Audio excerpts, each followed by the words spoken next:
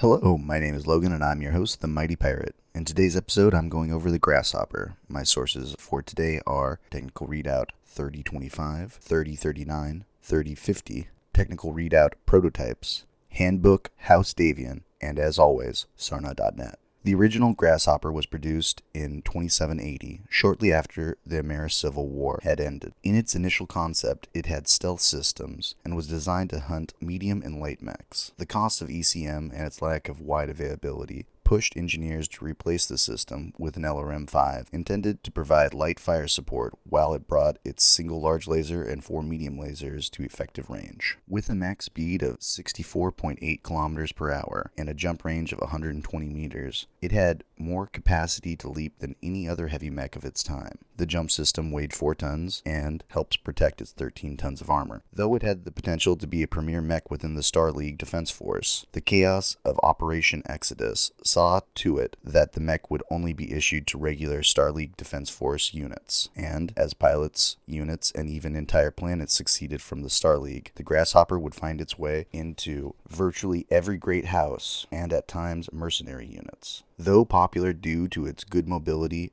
reasonable firepower, and excellent heat dissipation, it had a limited production run of just 3 years. This was caused by a global disaster on its production world of Bryant, and the manufacturing capabilities were lost until 3049. Fortunately, most Grasshoppers were well maintained by most commanders for centuries. This decision was supported by an excellent combat record in all types of terrain. Its reintroduction in 3049 was met with praise by most commanders. However, most of these commanders would opt to buy the original due to its low maintenance costs. It wouldn't be till 3049 when the Draconis Combine would upgrade the Grasshopper with a C3 slave targeting computer system. This innovation allowed the Grasshopper to share its targeting data with all C3 networked battle mechs, greatly improving its accuracy as well as its lancemate's accuracy. This major innovation, along with the reduction of the LRM-5 down to a Streak 2, became the premier and most commonly used Grasshopper after 3052.